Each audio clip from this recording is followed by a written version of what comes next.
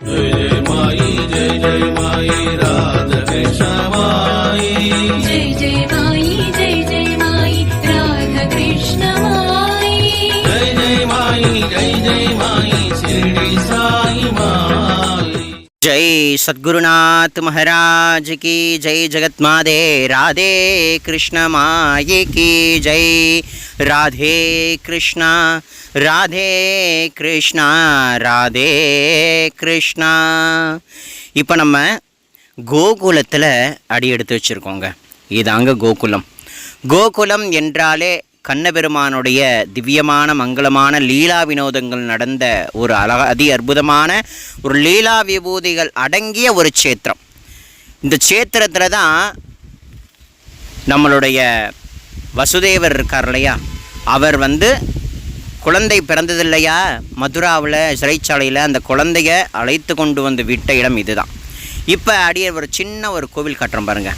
இது என்ன கோவிலாம், கண்ணனை அழிக்கிறதுக்காக கம்ச மகாராஜா ஒரு பூதகி அப்படின்னு ஒரு அரக்கி அனுப்புனார். அந்த அரக்கி கண்ணனை லைட்டாக பேசி மயக்கி அவனை பற்றி இவளுக்கு தெரியாது, ஆனால் இவள் யாருன்றது கண்ணனுக்கு தெரியும் தானே. ஸோ அந்த வகையில் கண்ணபெருமானை ஏமாற்றிட்டு தான் நினைத்த பூதகிக்கு கடைசியில் அதி அற்புதமான இந்த கோகுலத்திலேயே சத்கதி கொடுத்தார். பாருங்கள், பால் கொடுத்தா இல்லையா அரக்கி, அந்த அரக்கியினுடைய அந்த மார்பகத்தில் கண்ணன் கிடக்காம பாருங்கள். அந்த பூதகி பறந்து விழுந்த இடம் இதுதான், கோகுலத்திலேயே இருக்குது. நந்த மகாராஜாவினுடைய வீடு இருக்கு இல்லையா, அரண்மனை. ஸோ அந்த அரண்மனை போகிற வழியிலேயே இருக்குங்க, போகிற வழியிலேயே இருக்குது. ஒரு அதி அற்புதமான பூதகியினுடைய இடம் இது. இந்த பூதகியினுடைய மார்பலை ஏறி கண்ணன் விளையாடுறான்.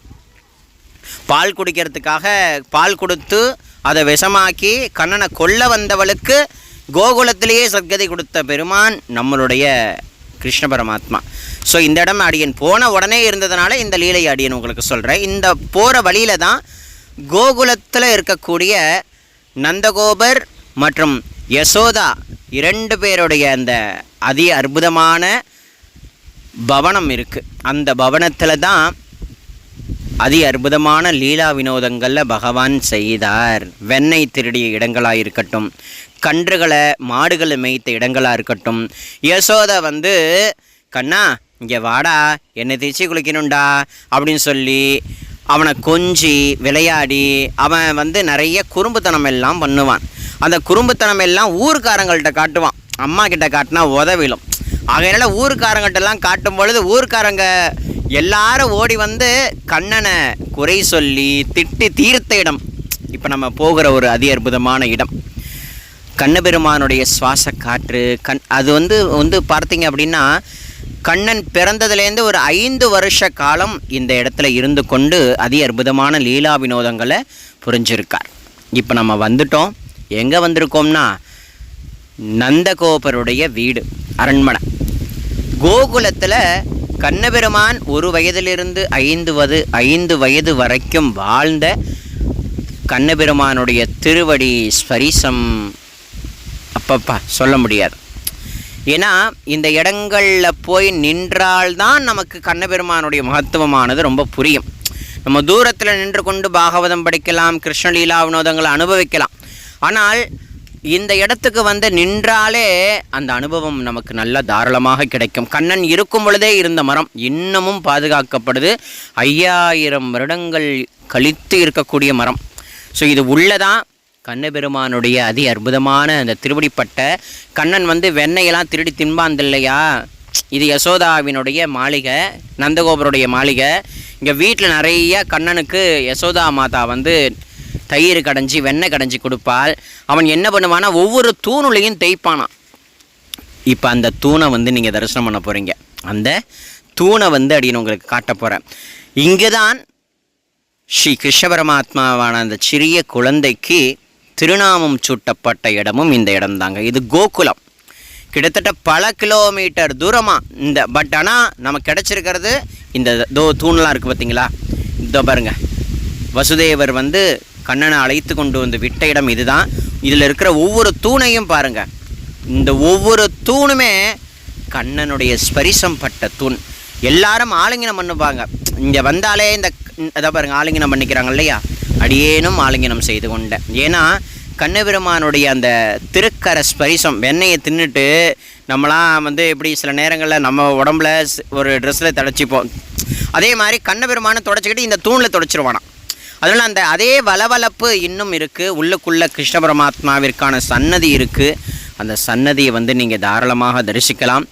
எல்லாம் வல்ல எம்பெருமானாகிய ஸ்ரீ கிருஷ்ண பரமாத்மா வாழ்ந்து உண்டு உறங்கி விளையாடி குறும்புகளை பண்ணி ஊரில் இருக்கிறவங்க எல்லார்கிட்டையும் வம்பு வளர்த்து அம்மா கிட்ட சண்டை போட்டு அம்மா 2 உதை கொடுத்து அடி கொடுத்து வாங்கிய அதி அற்புதமான லீலா விபூதி அடங்கிய ஒரு அதி அற்புதமான பவனம் கோகுலம். கோகுலத்தில் கண்ணபெருமான் சிறு பிராயத்தில் லீலைகளை செய்த அதி அற்புதமான இடம்.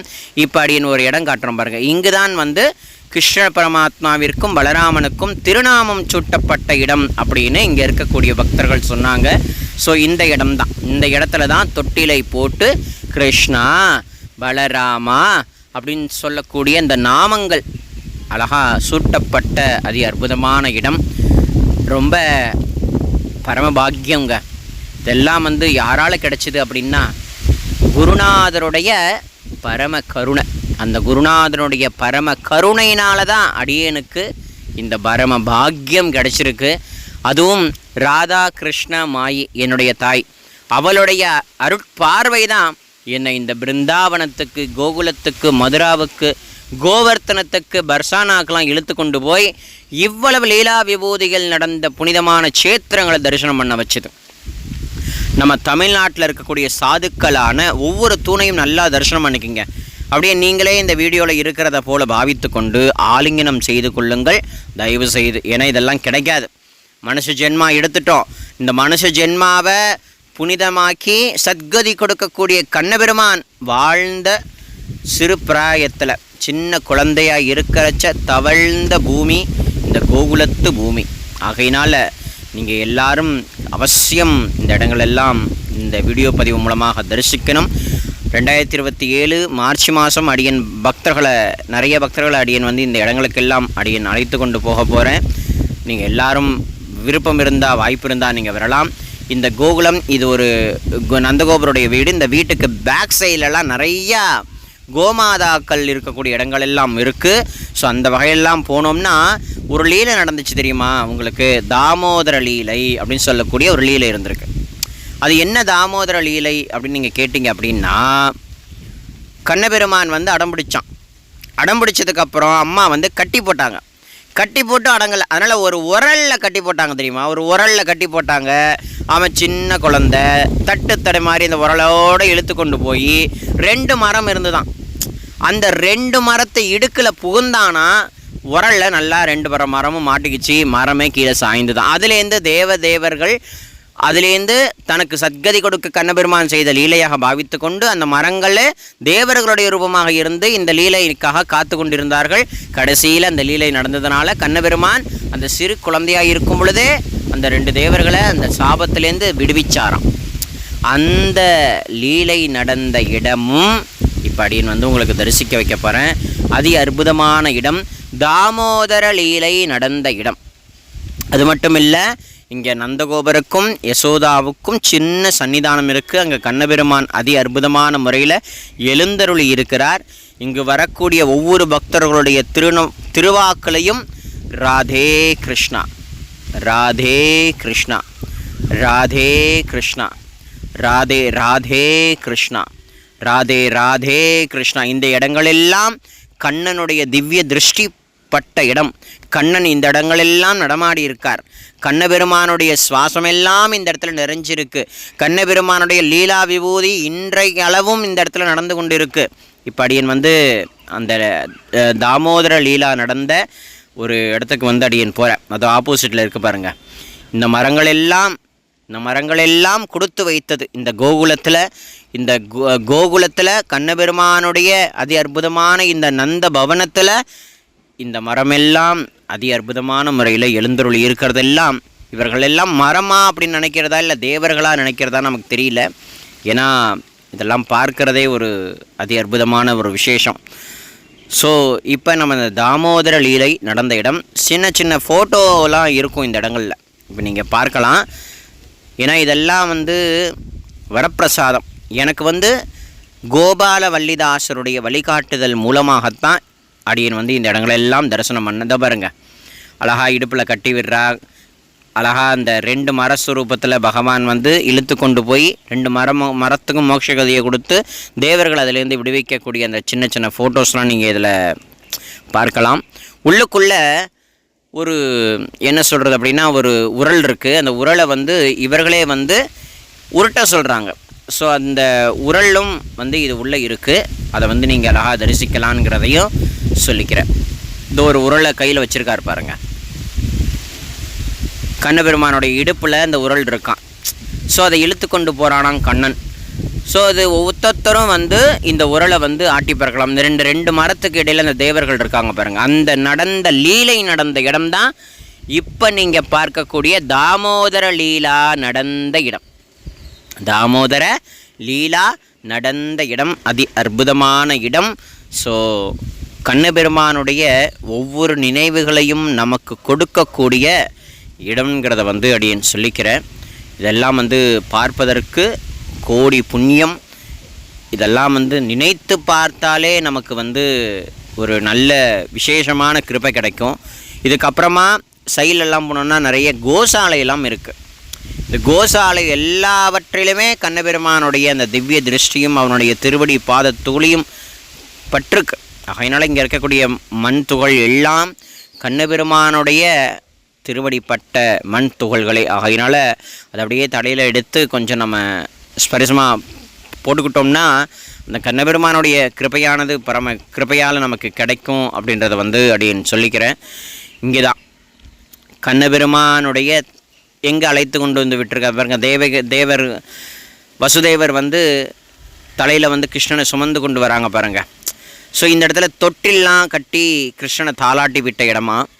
ஸோ இங்கே பக்கம் ஒரு பக்கம் நந்தகோபர், மறுபக்கம் யசோதா மாதா, நடுவில் கண்ணபெருமான் அழகாக இருக்கான் பாருங்கள்.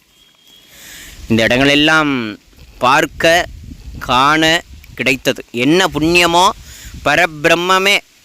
பரபிரம்மே தேவகி மாதாவுக்கு பிறந்தது. ஒரே ராத்திரியில் யசோதா கிட்ட ஓடி வந்துட்டான். பிறந்தது எங்கேயோ ஆனால் வளர்ந்தது எங்கேயோ. அதெல்லாம் ஆண்டாள் நாச்சியார் அதி அற்புதமான முறையில் பாடியிருப்பார்கள். நிறையா நம்மளுடைய ஆழ்வார்கள் வந்து இந்த கோகுலத்தை பாடாத ஆழ்வார்களே இல்லை. இந்த கோகுலத்தை கண்ணபெருமான நினைக்காத ஆழ்வார்களும் கிடையாது. அவ்வளவு பரம பக்தர்கள் வந்து இந்த இடங்களெல்லாம் பாடியிருக்காங்க. அவர்களெல்லாம் பாடிய இடம் இந்த கோகுலம். இந்த மரமெல்லாம் கண்ணபெருமானுடைய வாழக்கூடிய காலகட்டத்திலேருந்து இருக்கக்கூடிய அதி அற்புதமான மரம். ஏகப்பட்ட பேர் பிரார்த்தனை செய்து கொண்டு இந்த இடங்களில் வந்து நிறையா துணிகளை வந்து பிரார்த்தித்து கட்டிக்கொள்கிறார்கள். இதெல்லாம் வந்து காண கிடைத்தது ஒரு வரப்பிரசாதம். இந்த வரப்பிரசாதத்தை தான் அடியேன் வந்து சுவாமியுடைய அருட்பெரும் கருணையினால் எடுத்து உங்களுக்கெல்லாம் சமர்ப்பிக்கிறேன். இங்கேயும் யசோதா மாதா, நந்தகோபர், அப்புறம் யார் நம்மளுடைய கிருஷ்ணன், பக்கத்தில் யார் பலராமர், ராதை, எல்லாருமே இங்கே இருக்காங்க. இந்த தொட்டிலில் கிருஷ்ணர் இருக்கார் பாருங்கள். இதெல்லாம் வந்து காண கிடைக்காத அதி அற்புதமான ஒரு காட்சிகள். இங்கெல்லாம் வந்து ராதையினுடைய திவ்யமான நாமமும் கிருஷ்ணருடைய திவ்யமான நாமமும் எங்கு பார்த்தாலும் ஒலிக்கிறது. இதெல்லாம் வந்து காண கிடைக்காது. எங்களுக்கு வந்து ஒரு நல்ல வழிகாட்டி கிடைச்சதுனால இந்த இடங்களெல்லாம் நாங்கள் வந்து பரிபூர்ணமான ஹிருதயத்தோட தரிசனம் பண்ணோம். ஸ்ரீமன் நாராயணனுடைய அவதாரமாகிய பரபிரம்மம், புரியுதுங்களா? அதாவது பரபிரம்மே அம்மா என்ன தவம் செய்தனை யசோதா, என்ன தவம் செய்தனை யசோதா, அதாவது எங்கும் நிறை பரபிரம்மம் அம்மா என்றழைக்க. அம்மானு கூப்பிட்டார் இல்லையா, அந்த இடம்தாங்க இந்த இடம் கோகுலம். இந்த இடங்களில் தான் அம்மா அப்படின்னு பகவான் கண்ணபெருமான் தன் தாயான யசோதா மாதாவை பார்த்து அம்மா அப்படின்னு கூப்பிட்ட இடம்ங்க. இதெல்லாம் வந்து நீங்களாம் கட்டாயம் அவசியம் வரணும். ஸோ இதுக்கப்புறம் நம்ம மதுராவில், கோவர்த்தனத்தில், கோகுலத்தில், பிருந்தாவனத்தில் இருக்கக்கூடிய எல்லா இடங்களையுமே வந்து அப்படின்னு உங்களுக்காக நிறைய வீடியோ எடுத்திருக்கேன். ஸோ பிரசாதமாக கொடுக்கறதுக்கு ஒரு வீடியோவையும் நீங்கள் பார்க்கணும், இந்த பிரசாதத்தை ஏற்றுக்கொள்ளணும். பிரசாதத்தை ஏற்றுக்கொள்கிறதோடு மட்டும் இல்லாமல் உங்களுக்கு தெரிந்த எல்லா பக்தர்களுக்கும் இதை அனுப்பி வைக்கணுங்கிறத வந்து அடியேன் பிரார்த்தனை பண்ணிக்கிறேன். அதி அற்புதமான சேத்திரம், ஸ்ரீ கிருஷ்ணனுடைய திருவடிப்பட்ட சேத்திரம், ராதாதேவியினுடைய ஆசீர்வாதம் கிடைக்கப்பெற்ற சேத்திரம், நமக்கு மோட்சத்தை கொடுக்கக்கூடிய சேத்திரம் கோகுலம். அந்த கோகுலத்தினுடைய தரிசனம் நம்ம பாவங்கள் எல்லாவற்றையும் போக்கி சத்கதி தரட்டும்ன்றதை பிரார்த்தனை பண்ணிக்கிறேன் குரு கிருபையால். ராதே கிருஷ்ணா, ராதே கிருஷ்ணா, ராதே